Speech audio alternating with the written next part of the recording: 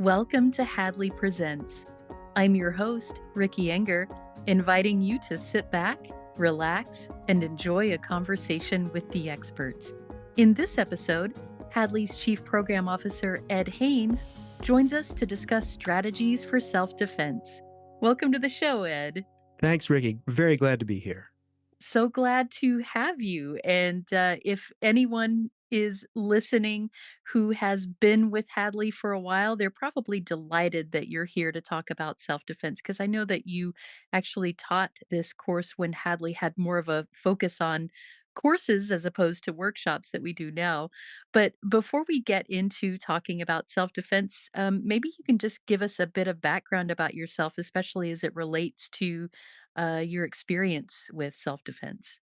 Sure, Ricky. As you mentioned, I did teach a Hadley course entitled Personal Safety Self Defense Strategies for many, many years. And it was a great topic. And a lot of folks were really, really interested in it then, as they are interested in the subject now. And I've also had, a lifelong interest at this point in martial arts, and it's a real passion for me.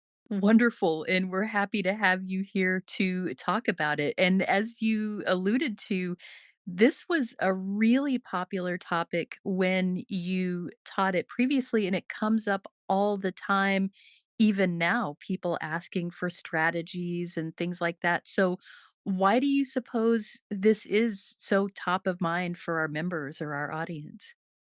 Well, you're right. It is top of mind for our members. But I'll start off by saying that personal safety and self defense is really top of mind for every person. It doesn't, no matter their level of vision. But there are a couple things, issues that come up for people who have recently lost vision that makes them a little more sensitive to the issue of self defense. The first is that sighted individuals use their vision as a self defense strategy. Right. You're walking down the street, you're scoping out what kind of people look a little dicey, what kind of alley looks a little unusual, what's going on around you.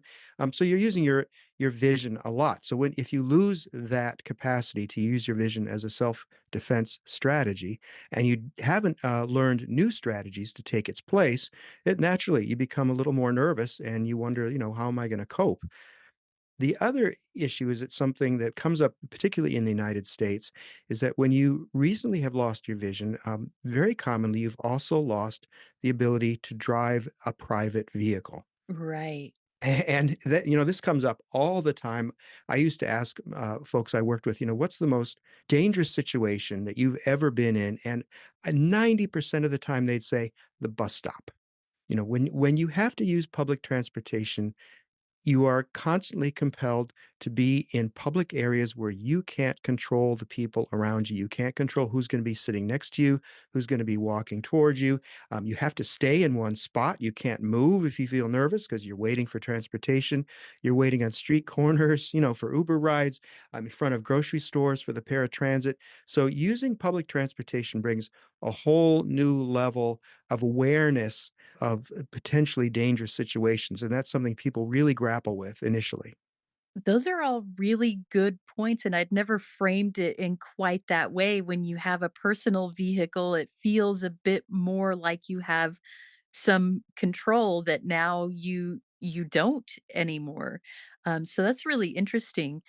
When I think about self-defense, what immediately comes to mind for me are stomp down on the instep or use your fingers to go for their eyes or whatever. All of Right. these physical things that you might respond with, but, maybe I'm not thinking about it in the right way. Is self-defense purely a physical thing, or is there more to it than that? Ricky, that's a great question because, in fact, there is a lot more to it than that. And in fact, self-defense really is 90% avoidance. There's a lot of issues with learning and employing physical techniques. I'm willing to bet you and a lot of our members out there have been to seminars that teach us some basic self-defense moves, and those are perfectly legitimate and certainly they're not unhelpful. But physical techniques with related to self-defense are just like other physical techniques. they require practice. They really require, Yeah. hours and hours of practice to commit to muscle memory. They really have to be automatic. So if you learn something in a seminar that you take home, you feel reasonably confident with it, you try it out on your one of your family members a few times. That's pretty common. Yeah. Um, that's great. And you may remember to use that, but in the event of an attack, your responses have to be automatic. Most fights just last a few seconds. It's not like in the movies where people slug it out for 5 minutes and the hero eventually wins. And most fights end up on the ground, and that requires a whole nother skill level. So the point is really to not allow yourself to reach that level of confrontation. So, what I'd really like to talk about, Ricky, today is, the attitudes and strategies that you can employ just to stay out of harm's way. And a lot of these concepts are really based on the material from this great book called Safe Without Sight. It's by Wendy David, Carrie Colmar, and Scott McCall. And it's available on Amazon and it's on Bard. And I'm sure we'll have mentioned this in the resource notes Mhm. as well. But, I'm just going to be talking about material essentially from that terrific book. That's great. And what you said was, kind of a powerful statement. Like, obviously, if it comes to a physical thing, there are all of these strategies that we can use. But ideally, you want to just not even be in the situation in the first place. So, can you talk about some of those strategies for just avoiding being in that kind of confrontation? Yeah, I'd love to. And avoidance is really multifaceted. It sounds like a simple word, basically thinking let's just stay away from trouble, but that's not what it's about. Avoidance really has three components: awareness, intuition, and boundary setting. And those words may sound sort of obvious and intuitive, but unless you put awareness, intuition, and boundary setting into real and consistent practice, they're not effective. So it takes work. Real avoidance takes building up habits and behaviors over a long period of time. You've got to be committed. Yeah, that makes sense. It's not gonna be something that just automatically comes naturally to all of us, and as you said, they all do seem like pretty simple words or strategies, but if I'm thinking about them, now I'm wondering, okay, how do I even put any of this into practice? So why don't we just break it down further? Starting with awareness, what exactly does that mean, and how can you practice being more aware? Okay, great. I'd love to start with this. Awareness there's two parts to the awareness equation. The first part is being aware of everything around you. And that means living in the present, being aware of noises, smells, voices, structural and geographic elements, like alleys or parks or doorways. Right. And then, also being aware of changes in your environment, things, for instance, vocal tones that you don't recognize, or voices or noises that suddenly get closer or suddenly get farther away, or even voices or noises that suddenly unusually stop. It requires a lot of concentration, and this means reducing distractions and things like cell phones, your Spotify list, but most important of all, being aware of your environment means reducing that internal dialogue that commands our attention. And I'm talking about the voice we have in our head that talks about our workday, what we're going to make for dinner, what we forgot to say to a relative last week. All that stuff is stuff that diverts your attention from really being aware of what's around you and really practicing awareness 100%. So there's a second part to the awareness issue, and that means being aware of what's coming ahead, not what's around you now, but what's going to be coming towards you or what's coming in your future. That means knowing your routes, your directions, your landmarks, possible areas of danger, things like that, knowing your neighborhood, um, knowing what personal information people have access to. Of course, you don't give strangers personal information, but also be aware that, potential predators may be listening in on your cell phones or your conversations. Also being aware of your own home. Is there something out of place or something different? So I'm not talking about paranoia really, simply, just a consistent focus of attention to what is around you now and what will be around you in the future. And there's a really famous study that was done where they got a, a bunch of seasoned predators, criminals, and played them videos of people walking down the street. And they asked them just one question. They said, which of these individuals would you target as a potential victim? It's really interesting. They all chose the same individuals. And what's even more interesting is that there was nothing, those individuals had nothing in common. They didn't have gender or age or size in common, except the one thing they had in common is all the individuals that were picked out as potential victims moved in an uncertain and confused way. So when I talk about awareness, the ultimate goal then is being confident as you travel. Wow, that is a lot to take in. So you're having to think about what's around you rather than, what's coming up for dinner or whatever, and think about where you're headed next and also portray that sense of confidence because I guess it turns out that if you look vulnerable in terms of not, as you say, size or gender or whatever, but just in how you're presenting yourself, then you might be more likely to be a target. Wow. Yeah, absolutely. So it's projecting confidence and assertiveness. So the next piece of this then is intuition. And for whatever reason, I think a lot of us have been conditioned to either ignore intuition or to just put it down a little further in our priorities. We're taught to be logical and think things through, but sometimes there's that little voice that says, something's not right. So, how do we talk about intuition and how we can put that into practice? Sure, I'd love to. Intuition is a very basic and primal survival mechanism, and we don't employ it often enough. Let me ask you this, Ricky.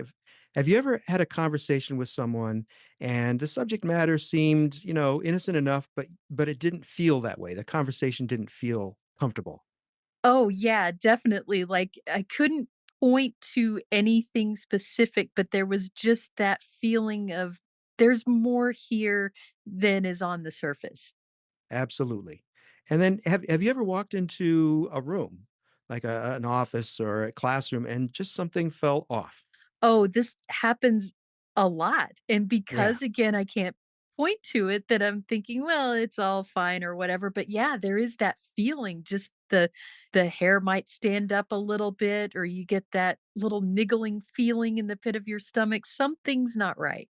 Yep, and that's an instinct we all have. And then, finally, I bet you've heard a sound in the night at your home and suddenly woke up and went, "Oh, what's that?" Yep, straight up Yeah, awake, yeah. it's all happened to us. The thing is though, we rarely act on these feelings because we're trained to be polite and we're Mhm. trained to be reasonable. Ricky, someone makes us feel uncomfortable, but we don't want to offend them. We Yep. tell ourselves the person, yeah, they must be harmless because they're a coworker or an acquaintance, or we don't want to make a scene. You walk into a hotel room, it feels weird, but gosh, you don't want to go down to the front desk for assistance. So you tell yourself, it's nothing. It's fine. And then, you hear a noise at night, and again, you don't wanna call the police because you don't want your neighbors to see a police car outside your Mhm. door. And a lot of times it is our imagination, so we say, "Hey, it's just my imagination." So we all know what intuition is, but here's the secret to intuition. The point about intuition is that intuition calls for a corresponding reaction, and that's really the hard part. It's taking action on that intuition. If somebody makes you feel uncomfortable, even without reason, it's incumbent on you to set a boundary between you and that person that's good enough to reduce your unease. That's all you need to do. If you walk into a room and it feels weird, and a classroom, an elevator, a workspace, get out. Find someone to accompany you when you go back in, even if it's an inconvenience to them. Trust me, it's just a minor one. And if you hear a noise in your home that alerts and frightens you, these are just examples. It doesn't hurt to call the police. I've talked to several veteran police officers about this. They get calls like this all the time. They're used to it. They won't judge you. And they've all said to me, I'd much rather get a call for a suspicious noise that results in just a false alarm than get a call about an assault. So again, intuition requires taking action. Try not to let politeness and reason get in the way of your intuition. You really have nothing to lose by taking action. Generally, we're talking about a minor inconvenience and maybe a minor scene with people you'll probably never meet again. And then responding to your feelings, really, what's possible is that you have your safety to gain here. Yeah, and gosh, that all just sounds so relatable. I don't wanna make a stir, I wanna be polite. So trying to put that in practice for your safety will take some effort, but as you said, it's well worth it so that you remain safe and maybe a little inconvenienced as opposed to the worse outcome. Absolutely. You mentioned during your talk about intuition, setting a boundary with someone as one of the actions that you can take when you have that intuition.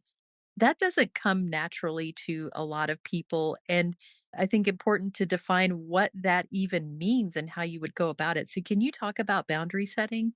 Sure, I'd love to. And, again, this goes back to, most of us are taught to be polite. We're taught to, not make a scene. Let's not offend others. Don't raise your voice in public. Don't call attention to yourself or cause anyone any inconvenience. But sometimes these are counterproductive to boundary setting. The first principle I'd love people to take away from this podcast is, with regard to boundary setting, is that everyone has the right to feel comfortable and safe at all times. That's a human right. But here's the thing, you have to be ready to assert that right. No one's going to do it for you. So if someone is taking away that essential right to feel safe and comfortable, then really the appropriate response is to defend yourself by setting boundaries. So you need to acknowledge you have the right to feel safe, and setting a boundary is maybe necessary to maintain that right. And there's different levels, Ricky, to boundary setting, but I'd like to talk about a technique that kind of helps you set boundaries, and it's about changing your perspective and changing the perspective of the person that's making you feel unsafe. And maybe this will help. When a person makes you feel unsafe, stop thinking about them as a person. Change your perspective. Stop seeing them as an individual. So, what happens is they change from a subject to an object. That's a little philosophical, but mainly what I mean by that is they no longer become an entity with feelings. Yeah. Yeah, right. You're not required to let them share or direct the course of your interaction. You don't care what they think about you or how they feel about you. They become really just a physical barrier between you and that human right to safety. An object, really, Ricky, that just like any other that requires removal. Sadly, we know from all sorts of studies and from history, it's much easier to compel people to act with aggression toward others if they stop seeing them as fellow human beings. It just Yeah. is it's Yeah. just the way it works. So, the secret here is that any person that's acting toward you in ways that make you feel unsafe has already changed their perspective about you. They don't see you as a person. They're not taking your feelings into account. And if you don't follow suit with that change in perspective, you're going to be at a disadvantage always. And predators know this and they use this. They know you're likely to respond by being polite, by taking their feelings into consideration, and they know then they'll have the upper hand. So if they're just a boundary between you and safety, your objective is clear. It just becomes a matter of what strategy you use to remove that boundary. And once you've changed your perspective, that's almost the hardest part because most of us are taught not to do that. Then it's time to change theirs. You need to make a potential predator acutely aware that you are more than an object between them and whatever it is they're trying to accomplish.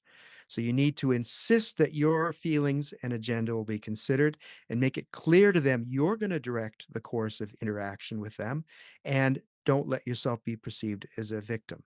Yeah. All of this just feels like it ties in together and connects so well. So, going back to being perceived as vulnerable that we talked about earlier. And if suddenly you're projecting this confidence, that's going to make that person stop and reconsider. And what a fascinating way to frame it, just to drop all of those things that we've been taught about civility which are important, except if your personal safety is at stake. So, wow, this really is quite a fascinating discussion. Now, if you go through all of these things and somehow none of them work, you tried avoiding, you tried setting your boundaries, all of these things, and still the threat is there. What happens next? What do you do? Well, you have only 3 options, and those are flight, freezing up, which is the same as complying, or fighting back. And there is no right or wrong answer here. It all depends on who you are and what circumstances you're being confronted with.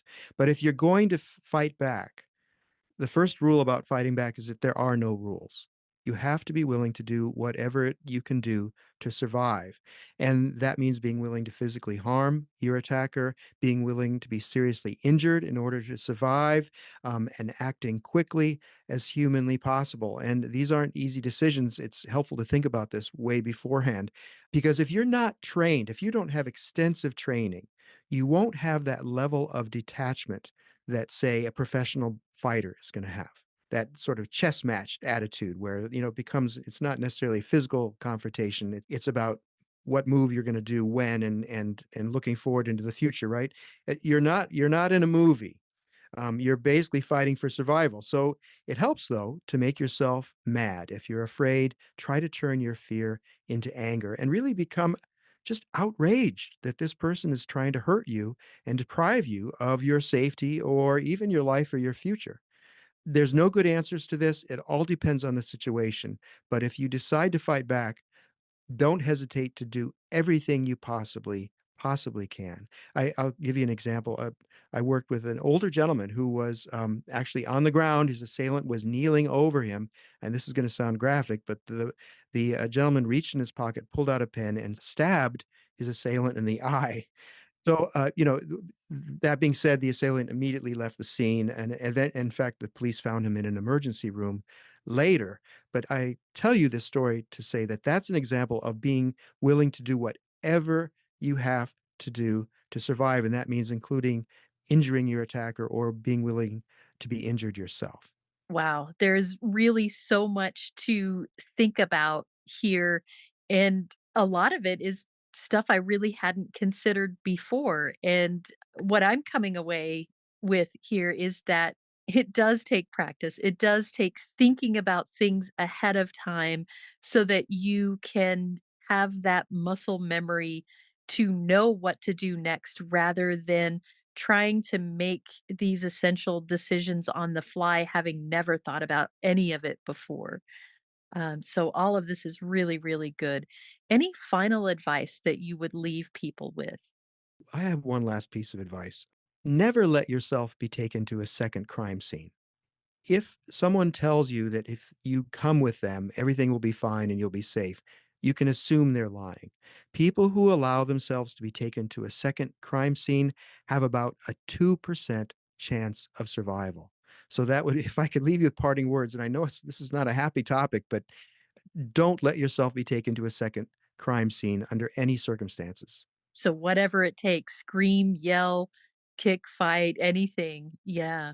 Absolutely. Anything. Your chances of survival are greater if you do that.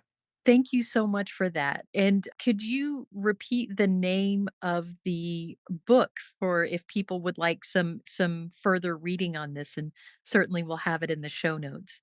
Sure. It's called Safe Without Sight. It's a terrific book, and it's available on Bard. And last time I checked, it was available on Amazon. And there's another terrific book as well called The Gift of Fear. That's also available on Amazon. I'm sure on Bard as well. A terrific book, and that's it deals a lot with the issue of intuition. So either of those books, I highly recommend. Excellent. And we will have links to those in the show notes. Ed, thank you again for just sharing a lot of these things that, again, on the surface, feel kind of simple, but there's a lot to think about. And I know this is going to be so informative for people.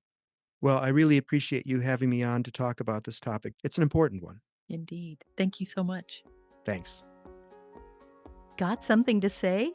Share your thoughts about this episode of Hadley Presents or make suggestions for future episodes. We'd love to hear from you. Send us an email at podcast@hadleyhelps.org. That's podcast@hadleyhelps.org. Or leave us a message at 847-784-2870. Thanks for listening.